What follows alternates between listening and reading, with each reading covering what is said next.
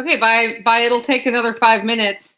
I guess I meant it'll take another 10 minutes, and my actual studio computer has 8 minutes left. So thanks for those of you who waited around in the live stream.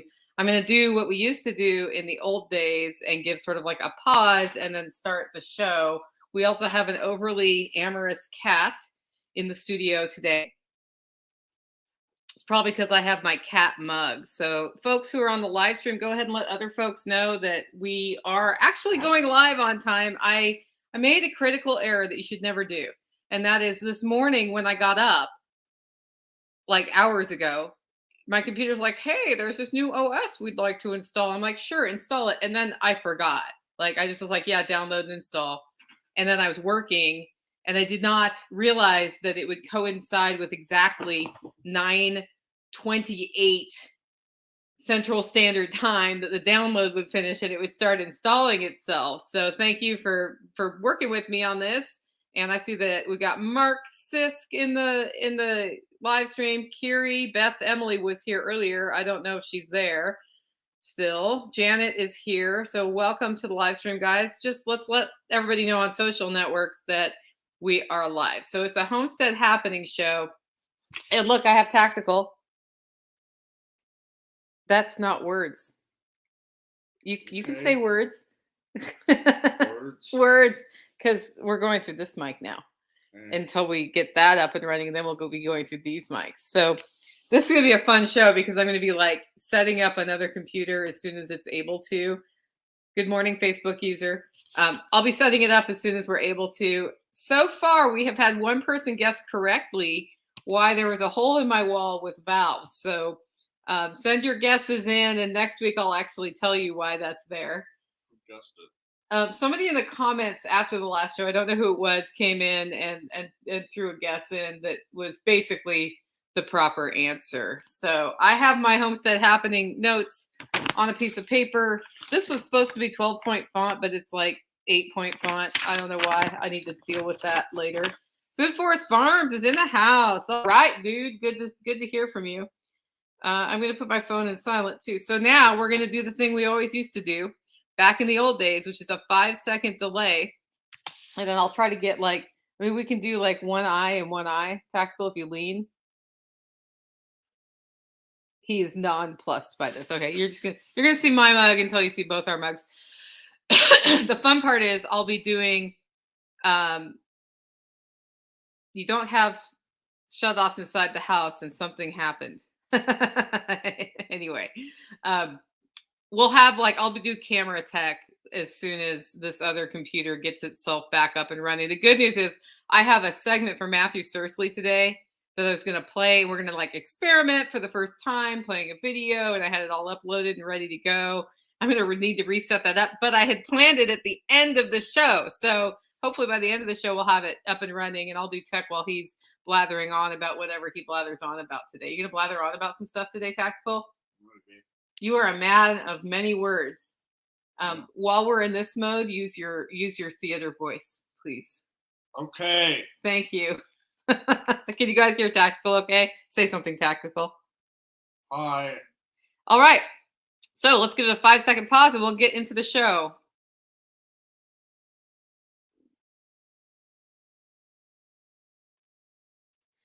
Welcome to Living Free in Tennessee, where we talk about building the life you choose on your terms. Today is Friday, January 12th, 2024, and this is episode 847 of Living Free in Tennessee. It's a Friday show, so it is the combined Homestead Happenings show that I do with the Tactical Redneck, and the feedback we have about our audio is that your theater voice works way better, so just keep using that until we switch over to the mics. Guys, today's show, we're going to talk about getting ready for the freeze, some gardening action that we've taken, Tactical's thumb. We're going to talk about his thumb.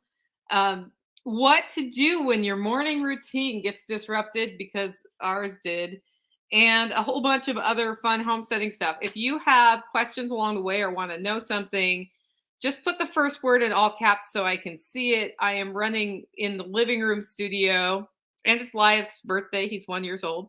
If you are in our Living Free in Tennessee communities, you know what that means.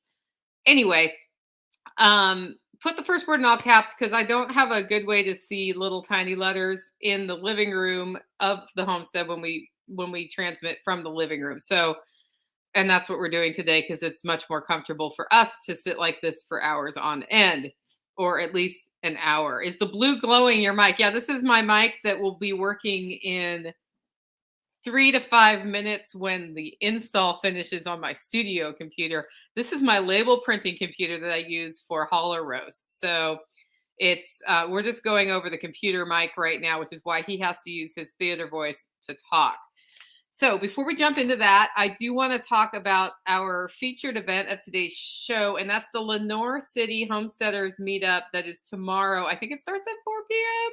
I could be wrong. I can't pull up the page and show you right now, but if you go to Telegram, find the LFTN Freedom Cell group and join that and ask about it, then we can hook you up with that. I was originally planning to go, but with the sudden addition of getting ready for 0 degrees Fahrenheit, I realized after making the list with Tactical this week that I need to be here on one of the 2 days this weekend where we can get the last things done to be ready to plunge that low.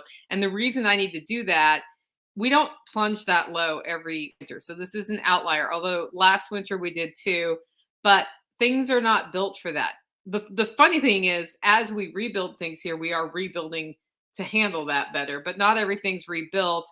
And it's not standard in the South to build for 0 degree freeze. It's just not, because it doesn't happen all the time. And I kind of think that's a stupid idea because it's happened enough times that I've been here that I'm really stoked that my pipes are under the floor right now. I don't know if that means I have to drip or not, but we'll find out. I'll probably drip on spec, but Tactical and I will talk about that in the show today. He can give his opinion on that. Anyway, so I won't be going, but you should go if you're out in East Tennessee. Like, this is the best way. If you're like, how do I find my tribe? How do I build community? You go to the meetup in Lenore City if you're out in East Tennessee. Even if you're in Middle Tennessee and can drive a couple of hours, go out and meet people. That's why I was going to go. I'm nowhere near there, but I wanted to go meet all the people out that direction. And like, some of them I know, some of them I don't, but this is how we get to know each other. This is how you find the real estate agent like we had on Wednesday who can help you find your homestead property, or somebody who makes that awesome homemade soap, or just somebody who can come help you when you're doing a canning blitz weekend because they want to learn how to can. Like, that's awesome to have extra hands in that situation. So that's the featured event of today's show. I also want to thank our 2 sponsors. The first one is Discount Mylar Bags. Need I say more? Mylar bags at one of the best prices you can get on the internet from a dude in Tennessee who's in our network. What more could you ask for? Go to discountmylarbags.com. And then I also want to thank our second sponsor of today's show. It's Live Free Academy. They're doing a free webinar on finance this weekend. And I think that if you're kind of thinking about, how do I get some things in order? How do I take advantage of all the stuff going on in the world right now? How do I get ready for the financial transition that will totally happen?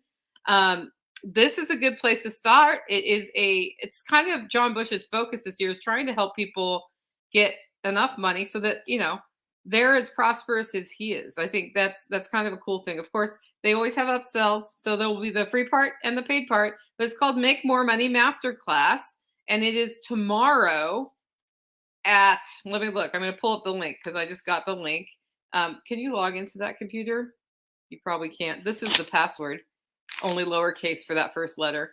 So it is, actually it's $57. Never mind. It is not free. I thought it was free. Okay. $57, Make More Money Masterclass. And he's going to talk about his story of going from poverty to 6, and he might be at 7 figures at this point. So it's somebody who's actually, walked the walk, so to speak. So that is at livefree.academy. It's called the Make More Money Masterclass. So that's all happening tomorrow.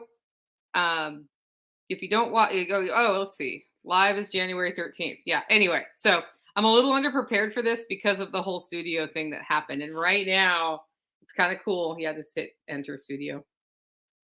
Right now it's kind of cool because we're about to get into the right one. Now hover over that and click at, never mind. I'm just going to keep going. So are you guys hearing an echo? That's my next question. We're going to actually switch. And then hopefully, look, we're here. What do you guys think? Can you still hear me okay? Is the audio good? Just make somebody in the comments say something. I'm hoping it's okay. So, okay. Chef Brett is having some cool cooking classes coming up. Yep, I shared those out on social networks, and that's pretty darn cool. I am going to check the audio sessions. Anyway, with that, it is time for the first topic of discussion in today's show. And I wanted Tactical to be here for that. And it looks like our audio is coming over the MacBook and not what we want. Tactical, tell us about your thumb. Still attached. Yeah? Still hurts. Okay. But if there was any infection, I think the infection's gone. I think that probably whatever the knuckle pocket, whatever medical term you want to use for that, probably got punctured, and so there's still a little bit of residual pain, but mostly fully functional, and yeah, it's better now. That's cool. Antibiotics is probably a really good idea.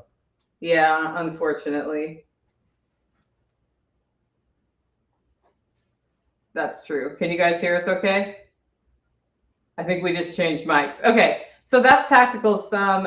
In order to do the week with Tactical's thumb in this position, we had a little bit of crazy, right? Yeah. And he was not at optimal. He was not at optimal. Okay, so this is what's going on. He was not at optimal function. And that meant that we got behind on things right as we're needing to be ahead on things, right? Yeah. So what did you do to get around that? Basically started not trying to push through the pain, but, being smart about, all right, this is what I can do without, creating further damage. Yeah.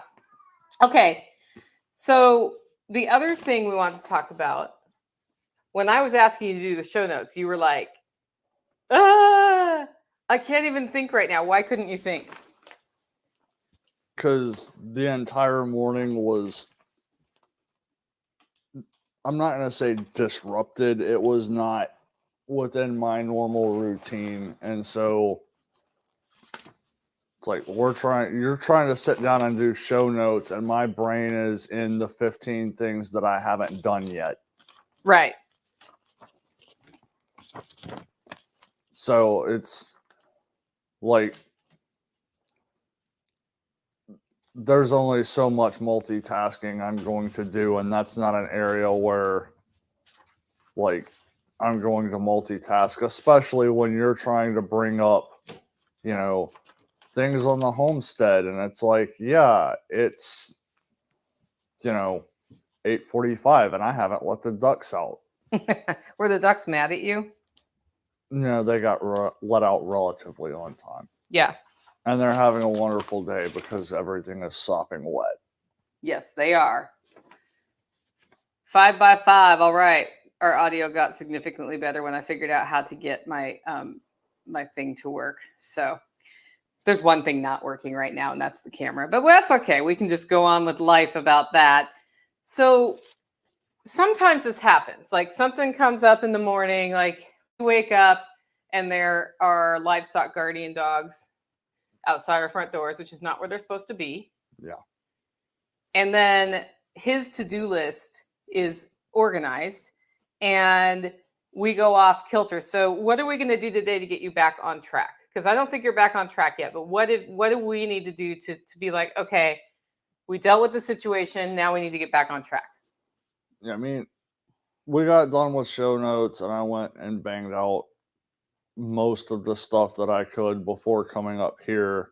And so I'm mostly kind of somewhat back on track. And then there's a list of things that I have to do once we're done with this.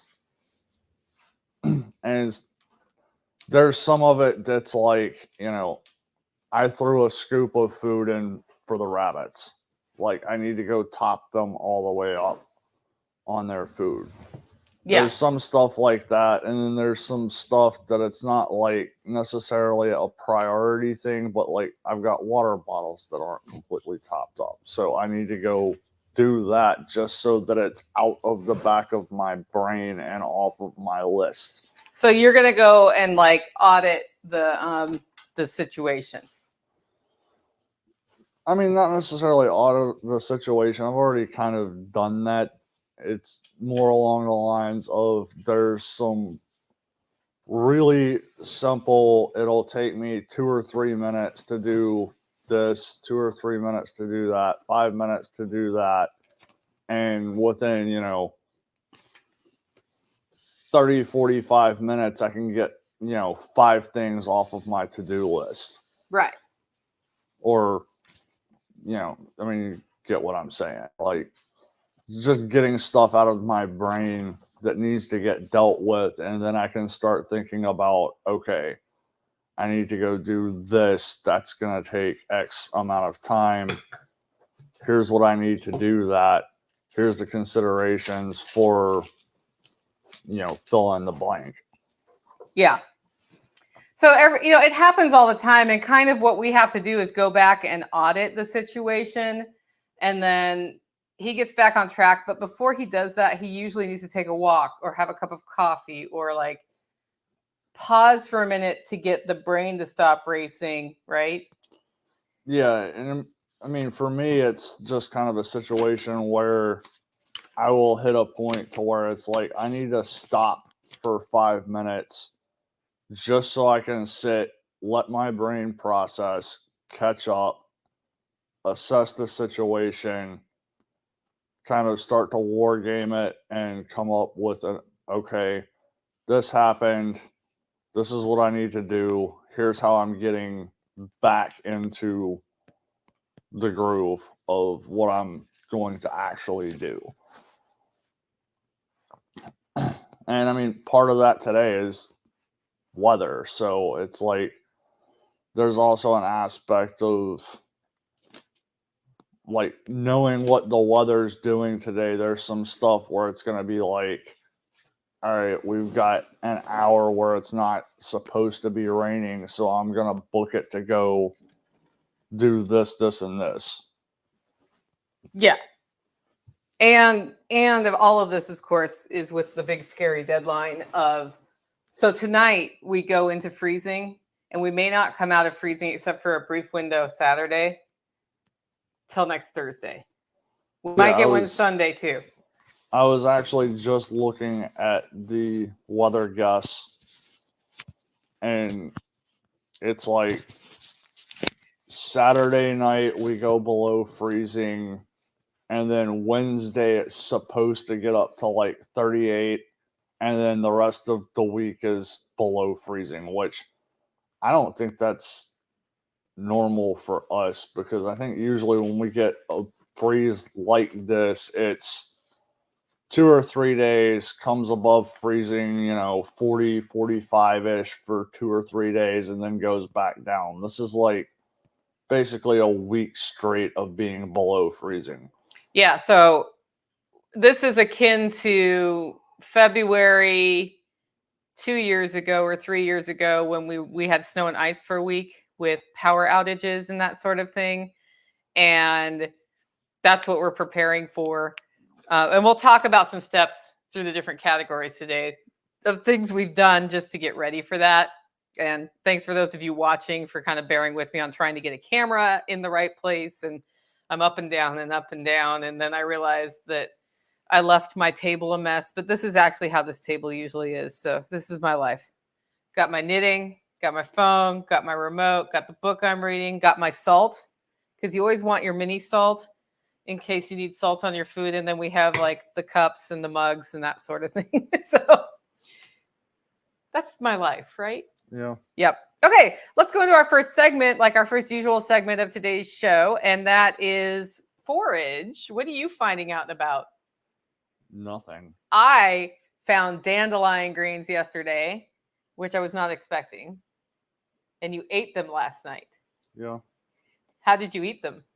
Salad. In a salad. So you guys, I'm doing the pantry challenge, and I'm like sad because of salads. Well, last fall, right before Self-Reliance Festival, I took seeds and I just threw them on this row that was empty. And there were radishes and different salad things. And then I walked away and got really busy and did bunkus. I did nothing, right? So I noticed a couple weeks ago that I had radishes and I harvested a few radishes. Well, with this deep freeze to zero coming, that stuff's going to get wiped out probably unless I cover it, which I'm not gonna. And so yesterday I planted the garlic and then I went up and I harvested this whole bunch of greens. And in there I found dandelion greens and I harvested those too. We had an arugula, dandelion, Swiss chard salad with radishes. And the salad dressing I made out of a little bit of lemon juice, a little bit of balsamic, some mayonnaise to make it creamy, salt, dill, and garlic. And then I tossed that all with a little container of guacamole that was in the fridge I needed to use up. Did you know there was guacamole in that? No. Was it good? Yeah. Yeah, it was so good. And it was so nice to have a salad. And it's funny how at this time of year, when you're really not eating any grocery store stuff, which means you're not getting out of season things from the store, that you end up like super appreciating when your garden does produce something fresh. So that was nice. And then the other thing I noticed is there is watercress in the aquaponics system. In the creek, it is pulled below the creek. Yeah. And then with the amount of rain we had, even if it wasn't pulled below the creek, it's drowning because everything's full of water right now. Yeah. So yeah, it's pretty sloppy out there. Okay, next is livestock. Tell us about your plans for where you're grazing the sheep and how they've changed in the last 4 days. Yeah, so there was a whole plan of rotating the sheep through the upper part of the pasture repeatedly to try to get that under control. And I got them about half to 3/4 of the way through everything up there. There's one paddock that, or actually it's technically two paddocks that I was going to make a paddock out of because it's so bad that I don't even feel like dealing with it. And that's where they were supposed to go next. But with everything going on and the weather, it's like there is a tree that I need to get on the ground before I do that. And I have not even looked at trying to get that tree on the ground. And it was like, well, I can move them over here because there's a lot of field hay in this other paddock. And then I can move them up there. And then it's like, oh, we're dropping below freezing for a week. I'm not acclimated to that temp. They're not acclimated to that temp. So definitely want to give them access to the barn for that. So it's like kind of shift fire, fully moved them down to the lower paddock. And then I've got a rotation where right now we're basically putting them in a paddock for 7 days. So Wednesday has been my day that I move sheep. This is going to be right in the middle of that. So what I decided to do is I'm going to set the paddock up at the barn and then I'm going to pull the divider so that they have access to both, which should hopefully give them access to a little bit more field hay plus the barn, a little bit more space. And I'm just going to leave them there a little bit longer than I normally would.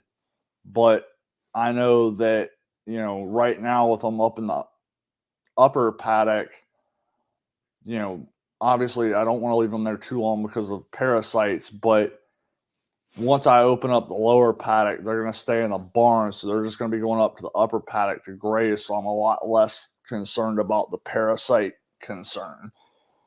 Yeah, but we have to be careful because if they graze somewhere too long, they will get parasites. And we have not, thankfully, dealt with that issue since getting the sheep. We've been pretty good about rotating them. There was one period of time where we left them near the barn longer than we should have, but we kind of skated in under the, that was during when we were teaching the livestock guardian dogs how to how to interact with the sheep. So yeah, we keep them moving every 7 days maximum usually. Yeah. And then they don't go back and graze for about 60 to 90 days, depending on the paddock.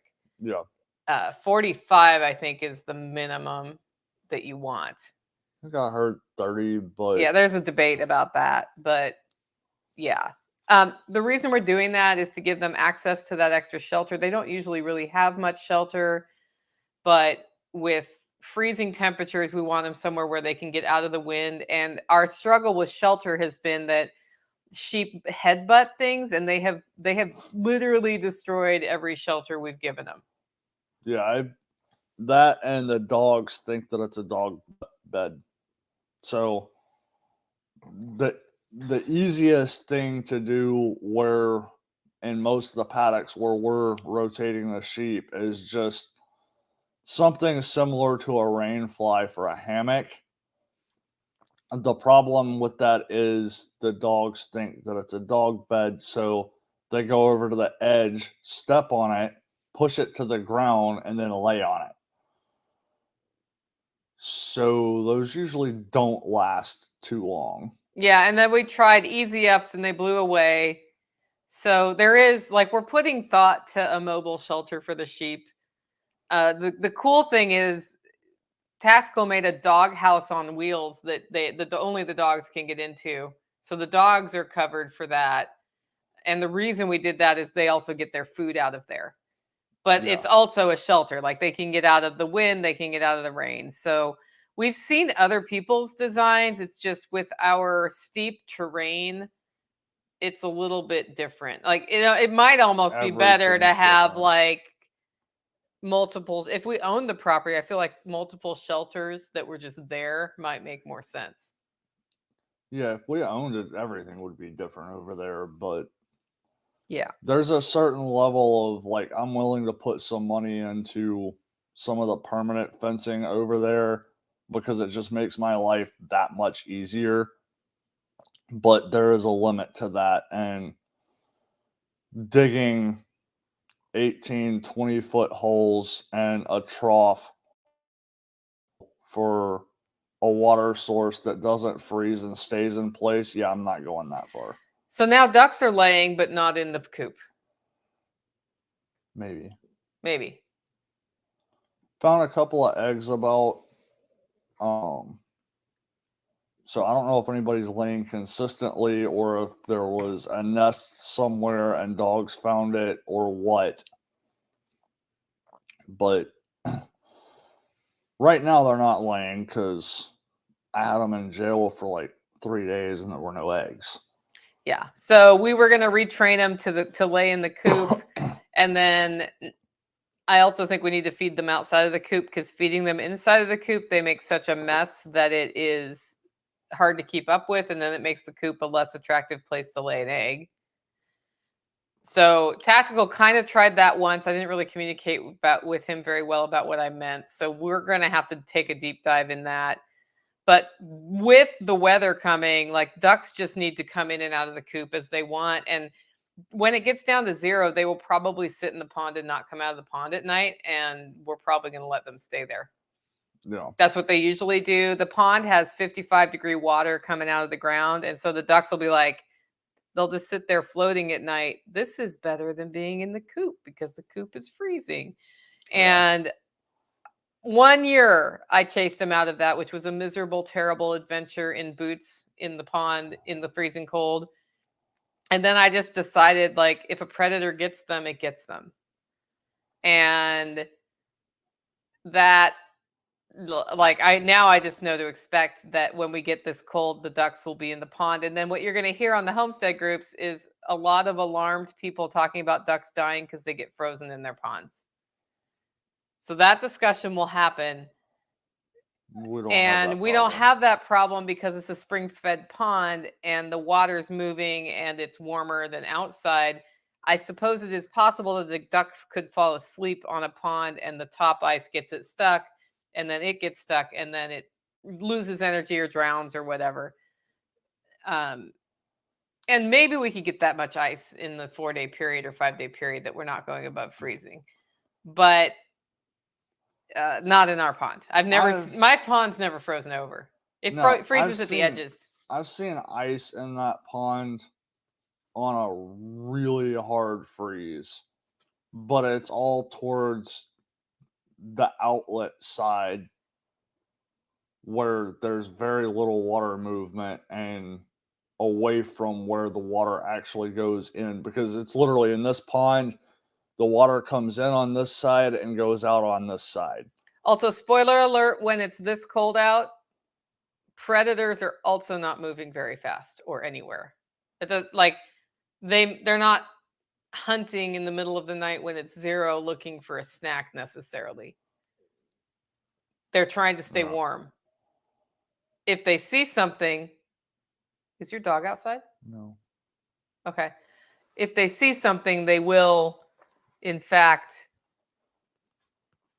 go for it. But I haven't noticed a lot of tracks on the snow when we have those things happen. Like I'll see deer tracks, I'll see bird tracks, and I don't see a lot of predator tracks. So I think, and it might just be in Tennessee because the weather isn't usually that cold. Do the roosters need to go?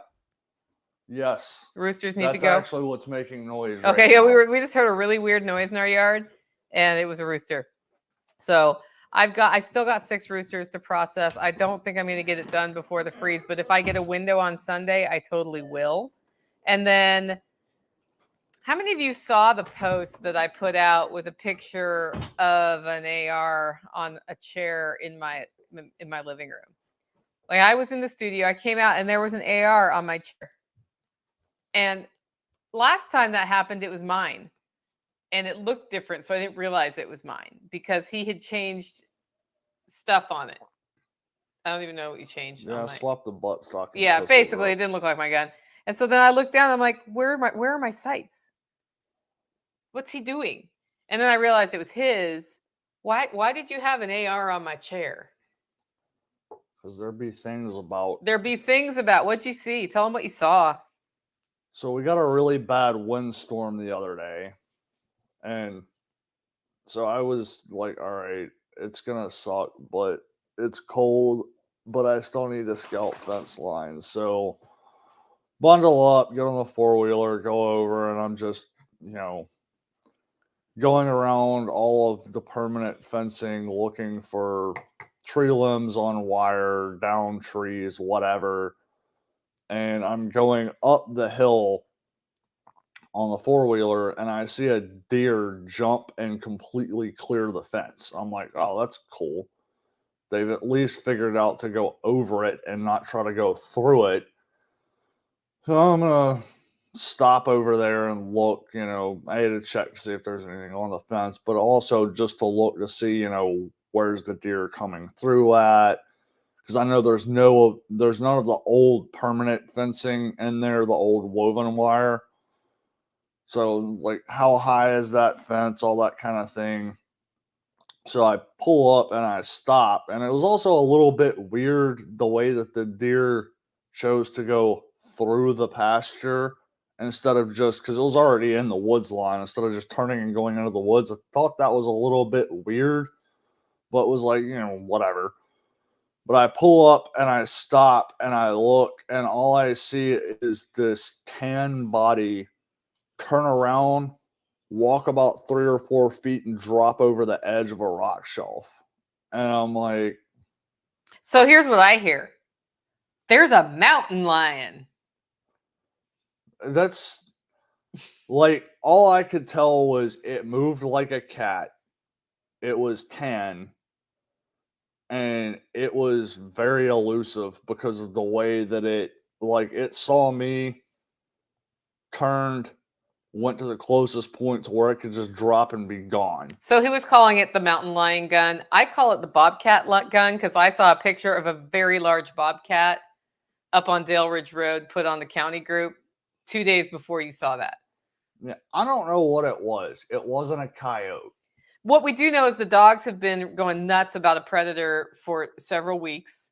Yeah. And we have had coyote poop around, but we've also, it's probably also the bobcat, and the bobcat will get our poultry that free ranges. So that's an actual danger for us because our ducks are stupid and they go off the property, and we're stupid and we don't keep them from going off the property. They get more forage, but when they're in the creek across the road, that's when the bobcat could get them. We keep a lot of the problem at bay by keeping them closed up at night. Yeah. But we certainly don't want the bobcat around, and Tactical also didn't want to be on the wrong side of a mountain lion by himself, apparently. Well, I mean, if it was a coyote, yeah, that would be concerning. But, bobcats, mountain lions are known to stalk people. Like, it's a thing. So you don't want to be attacked by a bobcat? No, I mean, if it's a dog, yeah, steel-toed boot to the side of the jaw will alleviate a lot of problems in that regards. I don't know how well that's going to work with, a mountain lion or a cougar or any of the cat species. Yes. What I do know about bobcats is they don't like to be around people, and they're super shy, which is probably why that one went over the cliff when it saw you. Yeah. And that's a good thing. But all of a sudden, when I was going on my walks, he's like, "Where are you going?" And I'm like, "Why are you asking me that?" Because I want to know where you're going. And I was like, "Oh, the bobcat. I get it now." Yeah, there's multiple reasons for that.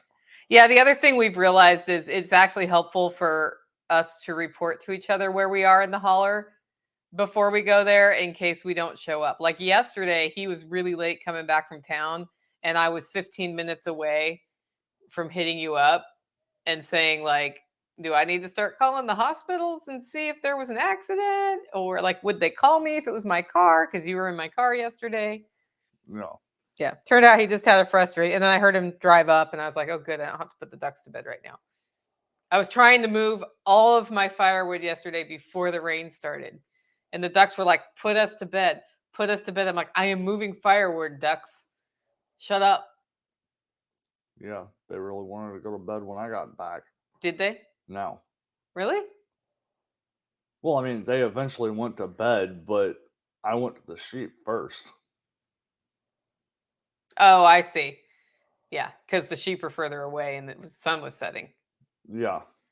Yeah, I moved 7 days of firewood yesterday under the carport, which in order to do that, we needed to move the gun safe and put it where it's going to be finally. So it's set up. And then I finally had room to start moving firewood. I have 7 days under there, which is not enough to make me feel comfortable going into the freeze, but it is the bare minimum. And here's why I did that. Yes, I can go to the wood pile out in the yard and get wood in the snow or wood in the freezing cold, but that is not pleasant. No. And so yesterday it was like 55 degrees and sunny, and I was like, I'm going to move some firewood and get this done and get it all covered up so it stays dry and then be good to go. So that was part of what was going on there. Okay, homestead meals. What was your favorite meal last week? I don't hardly. Do you even know what you ate last week? What we ate. Do you live here because of the food? One reason. One reason, but he doesn't remember what we feed him. The one stew with the cream cheese was really good. I knew he was going to say that one. That's the one that's in the show notes. Okay, so I am doing the pantry challenge and not going to the store. And one of the things I'm doing a little differently than maybe somebody who's doing a pantry challenge for the first time is I'm also there's this one freezer where odds and ends always end up. And I'm prioritizing pulling things out of the odds and ends freezer, which meant this week I had a rabbit that was processed 2 years ago. And 2 years ago, when we were processing rabbits, we were not as good at processing rabbits as we are now, right? Yeah. So it was like basically a rabbit that had been skinned and gutted and cut in half like across the spine. And so what that means is you're probably going to get tiny little rabbit ribs and things, right? And so I thought, well, what can I do with this to minimize the rib factor? Because we already had the lamb bone stew on accident last week, and I didn't want to have the rabbit bone stew this week. Oh, there were still bones. But not as bad. Not as bad. No, I think it was last night I got like... That last night doesn't count. That's a different stew. Oh. Yeah. So as you guys know, I've been cooking a lot in the Romer top, which is a clay pot that you soak the lid in water. And then you put the stuff in the bottom, which has a glazed coating to keep it waterproof, basically. And then you put the top on and seal it. And it actually makes things more moist, basically, than in the crock pot when you do it that way. And they cook a little faster than the crock pot, and you bake it in the oven. And I thought, well, I wonder if anybody's ever done like Romer top rabbit. And so I looked up recipes for that, and I found one that added cream cheese to so you put like a bed of vegetables and onions and things like that, and then you put the meat on top, and you put a liquid in there, and you can put wine, you can put sauerkraut juice, you can put bone broth, whatever. I put 1 cup of bone broth that was left in the fridge, and I put some sauerkraut juice in that one because I like a little bit of an acid in the Romer top. I don't know why. And then I asked you if you had cream cheese, which the rule is if he had it before the month started, I can ask him for it because that's normal. But if he bought the cream cheese after the 1st, then I can't. So hopefully he didn't lie to me. He may have lied to me because he was like, this sounds good. That was actually approaching its expiration date. Yeah, so we needed to use it up. Used. Okay, so I put a cube of cream cheese in there, and then I put the rabbit on top. I actually browned the rabbit before I put it in there, and then I coated it with spices and cooked it in the Romer top. And then when I took it out, I took the 2 rabbit halves, put them to the side, stirred everything up so the cream cheese would be mixed in, and then put the rabbit, like I cut the shoulders and the legs off and put those in, and I left the 2 back hunks that have all the tiny little bones off to the side. I didn't put them back in the pot because that's where you run into all your rabbit bone problems. Like I've talked to Erin from 2 Chicks Homestead, and she's like, I always do stew because you end up getting the most meat. And I'm like, yeah, but I end up with all these little bones. So maybe she has a trick for keeping that out of her stew. I don't know. Or maybe it's just they're used to pulling the bones out. But that was one of the most delicious Romer top meals I've ever had. And it smelled amazing while I was cooking. Like every time I walked in the house. I don't know if you had that issue, but I had that. I was like, man, dinner's going to be really good tonight. So that was a really awesome home cooked meal. And that was a rabbit we grew. It was one of the first ones we ever processed. And we've gotten so much better at processing them. Although usually when we process them right now, we kill them and freeze them without anything because they're getting fed to dogs a lot. Yeah. Yeah. And then we just leave the guts in them and give them a whole rabbit. In fact, it's time to do that again this week too, I think. This would be a great week to give dogs rabbits. When are you moving the sheep? Probably Sunday. Okay. I've got a place in my freezer I'd love to clear up that has 2 rabbits in it. So yeah, we can just pull those out. I'd also like to point out that autocorrect is not my friend, and half the time it changes my words, and apparently ducks are not ducks in my show notes. And every time I look down, I'm like, I know what it if I wanted to type that word, you would change it to duck. Or if I type the F word, you change it to duck. But when I actually type duck, you type another word. I need to turn that off. And then I already talked about the salad, so we're not going to do that again. So our next segment is grow. This is where we talk about what we're growing on the homestead. What are you growing, Tactical Redneck? Oh, still got my peppers alive. Cool. How are those doing? Okay. Acceptable.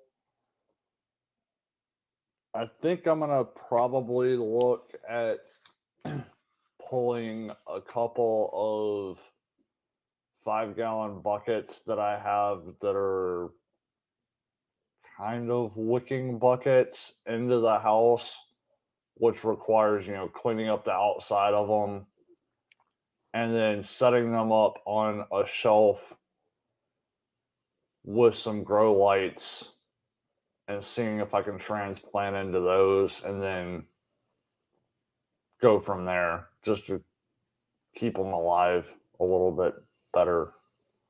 Yep. And then, as I said, we got the harvest from the outside garden. So last year I successfully grew Brussels sprouts. And I cut them to the ground and then took the Brussels sprouts off. They came back. And those are still alive. And I'm going to mulch those and cover those. That's actually why I will be outside in the sopping wet, even though Don Gorham's going to come visit me today. And getting mulch there and getting those covered, because if they overwinter, we'll actually have spring Brussels sprouts. I have one in my hydro system or my aquaponic system, and I don't expect it to make it through this. Are you going to cover it? Well, it's already mulched in. I mean, plastic cover. I might. I'm going to plastic cover the AP, and I'm going to plastic cover up there that one spot. But the garlic finally got planted. I feel like God gave me windows for the last 4 weeks where it would be like a nice day followed by a rain, which is perfect planting garlic. I had already forked the row that it was going to go in last October. I forked that row before I went to Jack Spirko's. I don't even know how I found time to do that. But I forked the row. I mean, I did. I remember doing it. It was a good workout. And it just sat there the whole time, forked. Weeds did not come. So that was nice. And so I was just like, well, however the ground is, the ground is. Yesterday, it's so nice. I'm going to just hit the garlic and get it in the ground. And I already had broken the garlic apart and put it in a little container so that they were ready to go. So I had a combination of elephant garlic and then different varieties. We have music, chestnut, and some other ones. I've actually stopped labeling what they are because I know what they look like when they come out of the ground. And so when I choose the seed garlic, I'm like, you, and you, and I just mix them all up and whatever happens, happens. Yeah. So it turned out that I'm no slouch. I broke apart one more garlic tooth than I needed for the whole row, and I stuck it in there anyway. I was like, I'm just going to go see how far this gets me, and then I'll break more apart just in case. And it was like literally exactly the right amount. So I was kind of proud of that moment. And then what happened, and this is something we've been working. So 2 seasons ago, I started transitioning back out of coffee focused and made more room for gardens. And I had one row that I really concentrated on, right? Yeah. And that row last year was pretty good from a soil quality. The rest of the garden, we did our best to have the soil in good shape, but it was a bit of a fight last year. Yeah. This row was like as soft as butter and fluffy, despite the fact that we've had so much rain recently. So I was like, oh, it's working. And what I've done is I put rabbit poop and wood chips. That's pretty much it. Yeah. And I mulched the year before. I used pine shavings, but we actually went to the extra effort of driving to wood chip Mecca and getting tree wood chips, which we need to do again just to get a pile of them here. I still haven't found anybody willing to just dump me a truck of wood chips here, and we haven't had the line guys coming through. No. Hey, did you see all the telephone poles scattered to be put in on our road? No. Okay, so if you drive up that way and you'll see like little orange cones where everyone is, they're replacing some of the telephone poles. So we need to find out when they're doing that and tell them we'll take the old ones if you want them, because those are really great for building. Yeah. Okay. Anyway. One note with that, though, is if you are going to get old telephone poles, you want to wear a respirator if you're going to cut that, because I think it was asbestos used to be one of the things that they treated those with. I think it was asbestos. It might have been something else. But anyway, not something you want to breathe. Oh, Jack Spirko can do this on his StreamYard, and it makes funny things happen. I still haven't figured out how to do it. It must be something I have to enable in settings. Okay, so that's how our conversations happen, by the way. I'm sorry, I'm talking to my computer and not the camera. Is one thing reminds me of another thing. So that was really great. And then I have Swiss chard that over summered in the aquaponics system, and I think that'll keep going too. So that I'm going to baby through this time. I might even throw some tea lights under there on the one under the plastic. Go before I go to bed on the one night where we have the super cold. K-Bonk, no.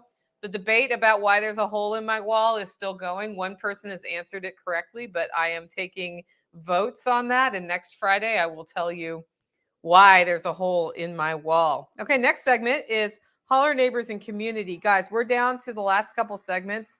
So if you do have questions, just put them in the notes and we'll sit here and answer your questions. That's what we're here for. All I can say is this.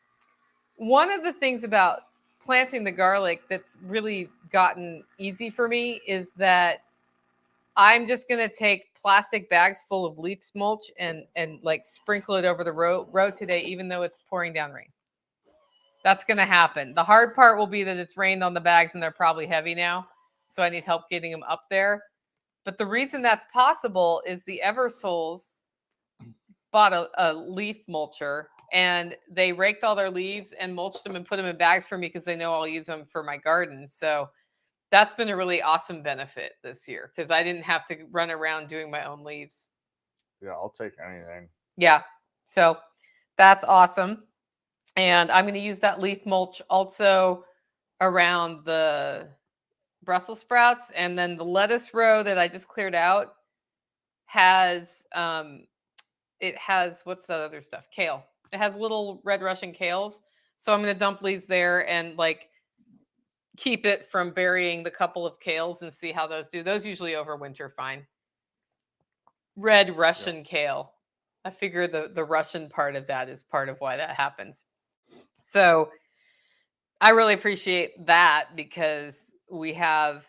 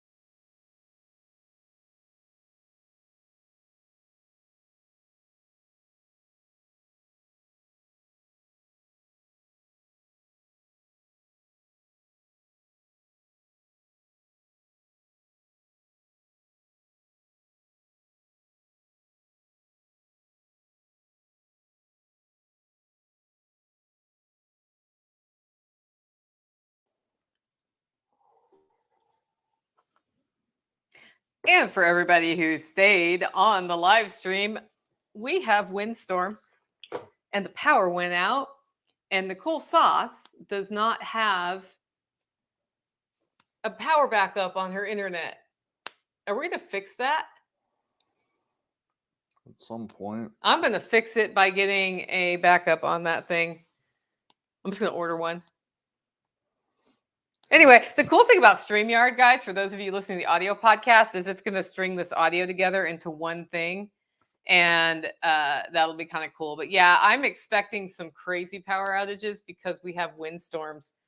What that means is a tree just blew down, and then the power grid, because it bounced twice, the power grid probably routed us around it and was able to. Yeah, something. It's amazing to me how they're able to do that, actually. Yeah. So we've been all preparing for a power outage well, we're always prepared for a power outage. Yeah. Yeah.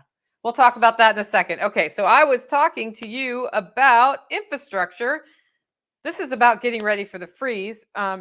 So this morning, he and I had a morning meeting, and he's talking about getting the pasture ready for the sheep, and I'm talking about plugging the holes in the pump house, and it got a little tense. Well, tense. I think both can be done. Yeah. What we do is we have a morning meeting when there's a lot to do to prioritize what we're doing that day and divide it up. And I was trying to get a clear yes on the pump house. And he was not giving me a clear yes, but he probably thought he was giving me a clear yes. Is that correct? I said I would get it done. Okay. You said it in redneck speak. You speak fluent redneck? Sometimes I don't. When it's something as important as the pump house not freezing, I want a yes, not a I can do that. I can do that has ambiguity. Like you could do it today, you could do it tomorrow. Anyway, so that's been kind of fun, but the pump house has been ripped apart because we're redoing some things, and there are holes as big as my head to the outside. Hello, Not as big as outside. your And when the head. outside gets really cold, the one by the cistern in the bottom right-hand corner as your favorite. It's about that big. Okay, it's the size of half my head.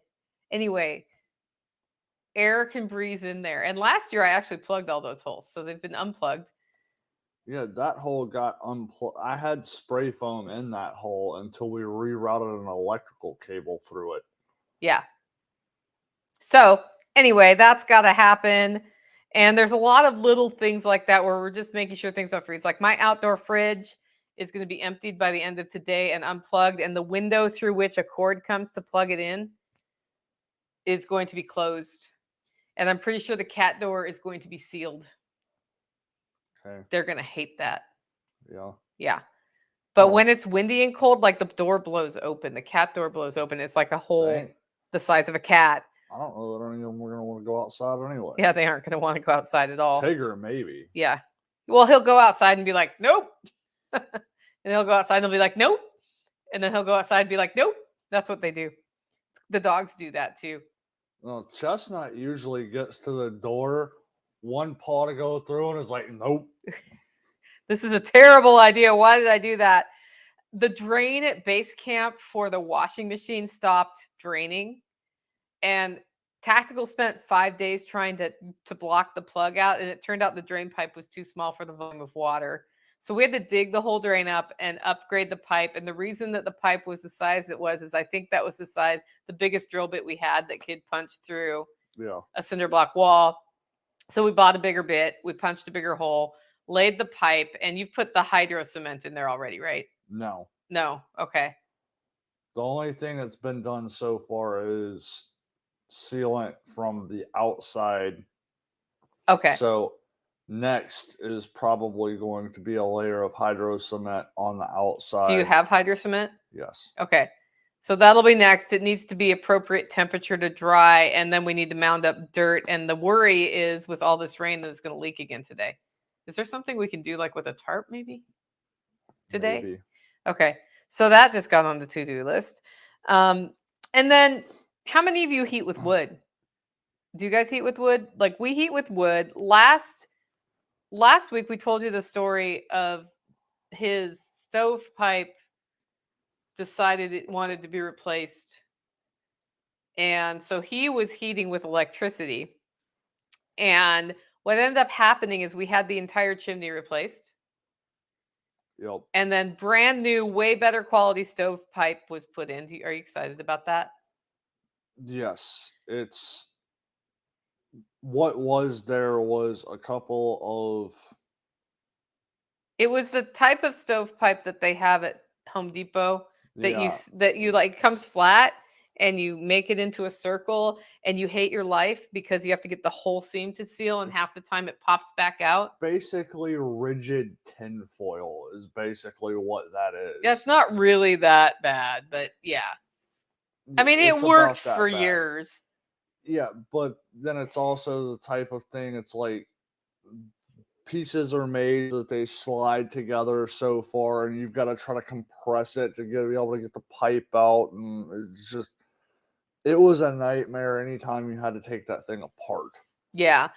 So And he was really happy to see that go, and now we have a $100 or $200 telescoping piece of thicker stovepipe that they sell at fireplaces and more in Cookville. yeah, seamless. Yeah, it's awesome. That's what I have in my house too, and I've always been happy. That telescoping stovepipe is a great find. Thanks. Yeah. K-Bonk, it is thicker. It has thicker walls, first of all, which I feel safer about. And it's way easier to put in precisely. Yeah. And So definitely worth it. the other thing, the other upgrade was, I don't know where it came from, but I found somewhere on this property an old school chimney dampener. I was like, this is awesome. I'm going to put this in at some point when that new stovepipe goes in. And I realized why they switched from doing it this way is this one actually has the bar and it's got two notches on it. So you can't just drill a hole in the pipe. You've got to drill a hole and then notch out a part of the pipe. And I was like, well, how does that sit? Oh, it's got this other collar piece that's spring loaded. This is totally going in. So I had to sit there with the Dremel tool and notch out a little part of it. But once I actually got everything put together, it is so nice that, like, if I turn the dampener an eighth of an inch or a 16th of an inch, it stays exactly there because it's spring loaded. Okay, so here's the deal. This explains grumpy interaction with the redneck number 12 this week when I was like, hey, what are you doing? And you grumbled at me about a damper. Yeah. So, yeah. Off-grid ping says I heat with wood and diesel heater. Yep. So what it's like to heat with wood is that it's really nice in the middle of the night to have wood on hand to feed your stove. Last night I got up twice, just normal, and I looked at the stove and threw a log on and then went back to bed. And the logs were in a little holder by the stove. We are now going into the cold. And in order to keep it warm in the house, I will go through double the wood for 2 days. I go through half of one of my circles of storage at normal weather. That means I'll go through the whole circle at night. And in order for me to feel good, I have another section in my inside that I'm starting to stack with wood inside. And here's why I do that. One, while the wood stove's going, it pulls moisture out of the air, and any additional moisture in the logs also gets pulled out. So the logs are cured. They're cured to how they're supposed to be cured, but air humidity just is there in Tennessee. Yeah. And especially when it's raining like this. They're not in the rain, but they're absorbing what's in the air. And so if you have them in your house for a couple of days, they burn better. But if you need what's in your house all in one day, then you're going straight from outside into your stove. And it takes a second to dry out in the stove. And then it goes. And that slows down your burn.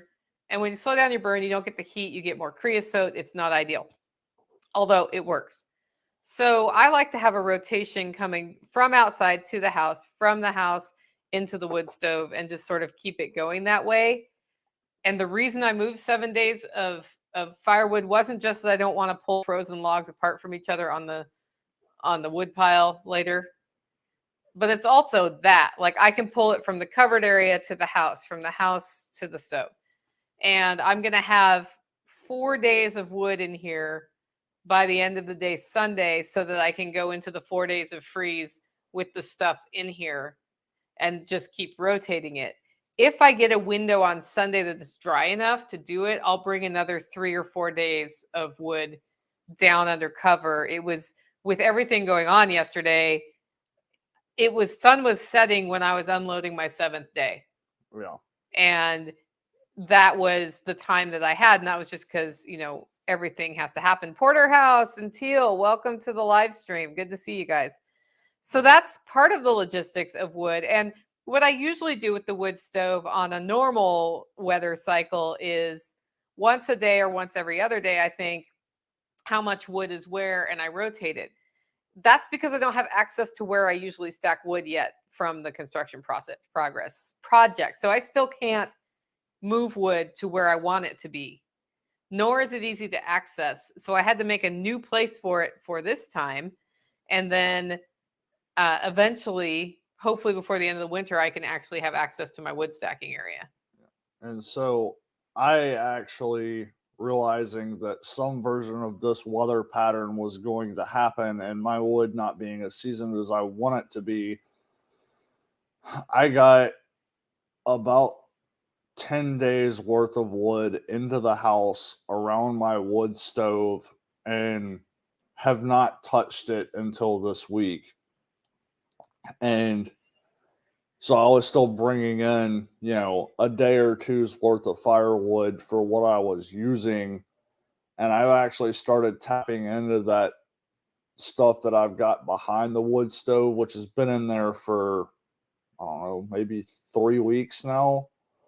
And it burns so much better. So they do kiln dry wood, like commercially, if they're selling firewood, they'll dry it in a couple of weeks in like a container. It's called kiln drying to cure it. It's better if you, like, the quality of the burn you get's better if you cure the wood like we do a couple of years outside under cover. But if you get in a situation where you just planned wrong and you don't have enough wood, it works pretty well if you have semi-green wood to bring it in and put it a couple feet from your stove in stacks for 2 weeks. Yeah. And I had to do that last year because some of the wood because I purchased wood from somebody and it was oak, and oak wants 2 years to cure, and it was 1 year old. Yeah. And that is the wood. I'm using that same wood this year and moving into the wood that I got in the fall of 23. I'll hit some of that at the end of the season when it's not as cold. And then will have cured for 2 years going into the next. Plus we have all of the wood at base camp that I know Nighthawk's using and you're probably using. That's been curing for a couple years. We broke the log splitter on that and we'll want to use that up. Yeah, I will probably wind up tapping some of that by the end of the season. Yeah, so I do a combination of stuff. I actually pay somebody for my firewood because yes, I can process firewood, but it's one of the homestead tasks that I don't love doing. And it does not cost me that much to buy firewood from the local guy. Yeah. So that was a decision I made that's, like maybe I'm not the coolest homesteader anymore because I don't do my own firewood, but I use that time to do cool things like make awesome rabbit stew and other stuff. But we also process wood. So there's like a combination of, yes, I buy wood, but then there are trees that need to be processed. And when we process the trees, we buck them up, we split them, we stack them, and we cure them. And that means we're getting wood from 2 sources. Much of my wood comes from the wood I purchased because my log lengths need to be 14 to 16 inches instead of 18 inches, which is standard practice. It's 18 inches in our area anyway. Something like that. And so I have the short stubby logs, but we have started now, even though the other 2 wood stoves take the longer logs, we've started just sort of keeping them at 16 inches most of the time. Yeah. I've got a couple of pieces that are like 22. Yeah, that's that's not going to go into It's my like- stove at all.